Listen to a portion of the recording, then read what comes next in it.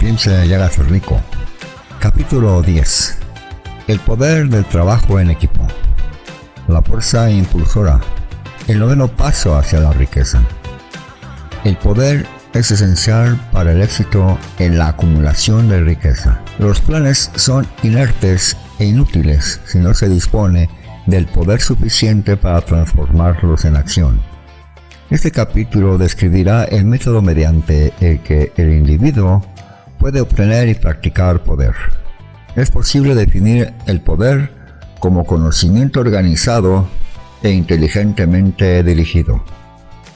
El poder tal, y como se utiliza el término aquí, se refiere al esfuerzo organizado suficiente para permitir a un individuo transformar el deseo en su equivalente monetario.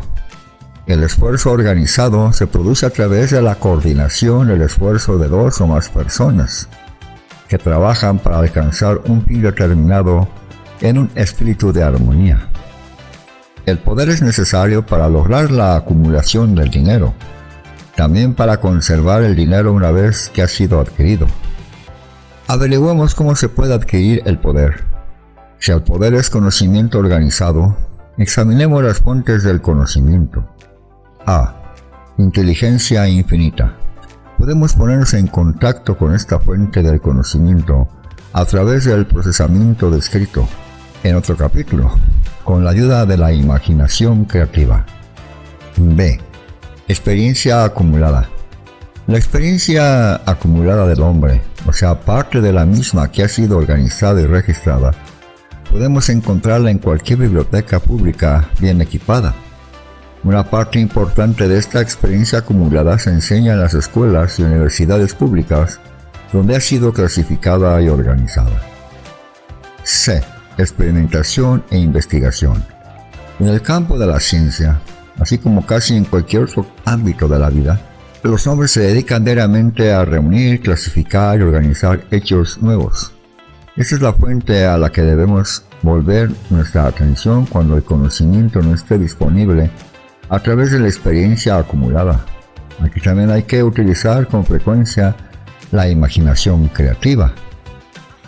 El conocimiento puede ser adquirido a partir de cualquiera de las fuentes antes citadas y convertido en poder mediante la organización de ese mismo conocimiento en planes definidos y expresando esos planes en términos de acción. El examen de estas tres grandes fuentes de conocimiento pone ya de manifiesto la dificultad con la que se encontrará todo individuo que dependa exclusivamente de sus únicos esfuerzos a la hora de reunir el conocimiento y expresarlo a través de planes definidos en términos de acción. Si sus planes son amplios y si contemplan amplias proporciones, debe inducir en general a otros a cooperar con él, antes de poder inyectar el necesario elemento de poder en ellos. Gran poder por medio de un mastermind. El mastermind puede ser definido como coordinación de conocimiento y esfuerzo en un espíritu de armonía entre dos o más personas para el logro de un propósito definido. Ningún individuo tendrá un gran poder sin tener el mastermind a su disposición. En un capítulo anterior ya se han dado instrucciones para la creación de planes para el propósito de transformar el deseo en su equivalente monetario. Si usted lleva a cabo esas instrucciones con perseverancia e inteligencia y utiliza la discriminación en la selección del mastermind, su objetivo estará medio alcanzado, incluso antes de que empiece a darse cuenta de ello. Así pues, para que comprendan las potencialidades intangibles del poder de que dispone mediante un mastermind adecuadamente seleccionado, explicaremos aquí las dos características del principio del mastermind, una de las cuales es de naturaleza económica y la otra de naturaleza psíquica. La característica económica resulta evidente. Cualquier persona podrá conseguir ventajas económicas rodeándose del asesoramiento, el consejo y la cooperación de un grupo de personas dispuestas a prestarle una ayuda honesta, en un espíritu de perfecta armonía. Esta forma de alianza cooperativa ha sido el fundamento de casi todas las grandes fortunas. Su comprensión de esta gran verdad puede llegar a determinar definitivamente su estatus financiero. La fase psíquica del principio de Mastermind es mucho más difícil de captar. Quizás usted pueda admitir una sugerencia significativa a partir de la siguiente afirmación: no hay dos mentes que se unan sin crear por ello una tercera fuerza invisible e intangible que puede enlazar con una tercera mente. La mente humana es una forma de energía, una parte de la cual es de naturaleza espiritual. Cuando las mentes de dos personas se coordinan en un espíritu de armonía, las unidades espirituales de energía de cada mente forman una afinidad que constituye la fase psíquica de Mastermind. Hace ya más de 50 años, Andrew Carnegie fue el primero en llamar mi atención sobre el principio de Mastermind, o más bien, sobre la característica económica del mismo. El descubrimiento de este principio fue responsable de la elección del trabajo de mi vida. El Mastermind del señor Carnegie estaba compuesto por unos 50 hombres, de los que él se supo rodear con el propósito definido de fabricar y vender acero. Él atribuía toda su fortuna al poder acumulado a través de ese Mastermind. Si se analiza la historia de cualquier hombre que haya acumulado una gran fortuna, y la de los muchos de aquellos que han acumulado fortunas modestas, se descubrirá que todos ellos han empleado consciente o inconscientemente el principio de Mastermind. No se puede acumular ningún gran poder por medio de ningún otro principio. ¿Cómo multiplicar el poder de su cerebro? El cerebro del hombre es comparable con una batería eléctrica. Es un hecho bien conocido que un grupo de baterías eléctricas proporcionarán más energía que una sola de ellas.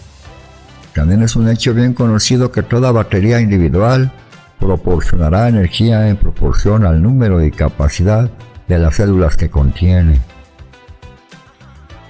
El cerebro funciona de una forma similar. Esto explica el hecho de que algunos cerebros sean más eficientes que otros, y conduce a la siguiente importante afirmación: un grupo de cerebros coordinados o conectados en un espíritu de armonía proporcionarán más energía de pensamiento que un solo cerebro, del mismo modo que un grupo de baterías eléctricas proporcionarán más energía que una sola batería. A través de esta metáfora, se hace evidente que el principio del Mastermind contiene el secreto del poder obtenido por hombres que se saben rodear de otras personas con cerebro. De ello se desprende otra afirmación que nos conducirá a una comprensión más exacta de la fase psíquica del principio de Mastermind. Cuando un grupo de cerebros individuales se coordina y funciona en armonía, la energía generada e incrementada por esta alianza se transforma en algo que está a disposición de cada uno de los cerebros individuales que forman parte del grupo. Es un hecho bien conocido que Henry Ford empezó su carrera empresarial con el obstáculo de la pobreza, la falta de erudición y la ignorancia. También es un hecho bien conocido que en el inconcebible corto término de 10 años, el señor Ford logró superar esos 3 obstáculos, y que 25 años más tarde se ha convertido en uno de los hombres más ricos de Estados Unidos. Si relacionamos con este hecho el conocimiento adicional de que los progresos más rápidos del señor Ford se hicieron patentes a partir del momento en que se convirtió en amigo personal de Thomas Alva Edison, empezaremos a comprender cuál puede ser la influencia de una mente sobre la otra. Avancemos un paso más y consideremos el hecho de que los logros más extraordinarios del señor Ford empezaron a producir tras haber conocido a Harvey Firestone, John Burroughs y Luther Burbank, cada uno de los cuales era un hombre de gran capacidad cerebral, y habremos encontrado nuevas pruebas de que el poder se puede producir mediante la amistosa alianza de las mentes. Los hombres participan de la naturaleza y los hábitos y el poder de pensamiento de aquellos con quienes se asocian en un espíritu de simpatía y armonía, a través de su asociación con Edison, Burbank, Burroughs y Firestone. El señor Ford añadió al poder de su propio cerebro la suma y la sustancia de la inteligencia, la experiencia, el conocimiento y las fuerzas espirituales de estos 4 hombres. Es más, se apropió y utilizó el principio de Mastermind a través de los métodos de procedimiento descritos en este libro. Y ese mismo principio también está disponible para usted. Ya hemos mencionado antes a Mahatma Gandhi. Estudiemos ahora el método por el que obtuvo su enorme poder. Esto es algo que es posible explicar en pocas palabras. Obtuvo poder al haber sabido inducir a más de 200 millones de personas para que se coordinaran física y mentalmente en un espíritu de armonía para alcanzar un propósito definido. En resumen, Gandhi logró un verdadero milagro, pues eso es lo que sucede cuando se consigue que 200 millones de personas se vean inducidas, no forzadas, a cooperar en un espíritu de armonía. Si usted duda de que eso sea un milagro, intente inducir a 2 personas, sean las que fueren, a que cooperen en un espíritu de armonía durante cualquier periodo de tiempo prolongado. Toda persona que dirige una empresa sabe muy bien lo difícil que resulta que los empleados trabajen juntos en un espíritu parecido, aunque sea solo remotamente a la armonía.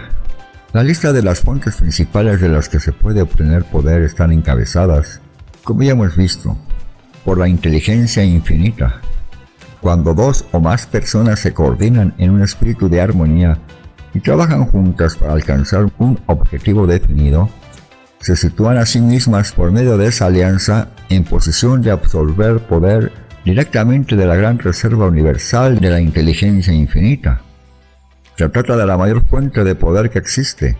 Es la fuente hacia la que el genio y todos los grandes líderes se vuelve, tanto si ellos son conscientes de ese hecho como si no. Las otras 2 grandes fuentes de las que es posible obtener el conocimiento necesario para la acumulación del poder no son ni más ni menos fiables que los 5 sentidos del hombre. Y todos sabemos que los sentidos no siempre son fiables. En capítulos posteriores se describirán adecuadamente los métodos mediante los que se puede contactar con mayor facilidad con la inteligencia infinita. Esto no es ningún curso de religión. Ninguno de los principios fundamentales descritos en este libro deberán interpretarse como algo que tiene la intención de interferir en los hábitos religiosos de cualquier persona, ya sea de forma directa o indirecta. Este libro tiene el exclusivo propósito de instruir al lector acerca de cómo transformar el propósito definido, el deseo de obtener dinero, en su equivalente monetario. Lea, piense y medite a medida que vaya leyendo. El tema no tardará en desplegarse ante usted en su conjunto, y entonces podrá ver con la necesaria perspectiva. Lo que está viendo ahora son los detalles de cada uno de los capítulos individuales. El poder de las emociones positivas. El dinero es tímido y elusivo. Tiene que ser procurado y obtenido por métodos no muy distintos a los que emplea una persona enamorada y decidida, que persigue a la pareja en sus sueños.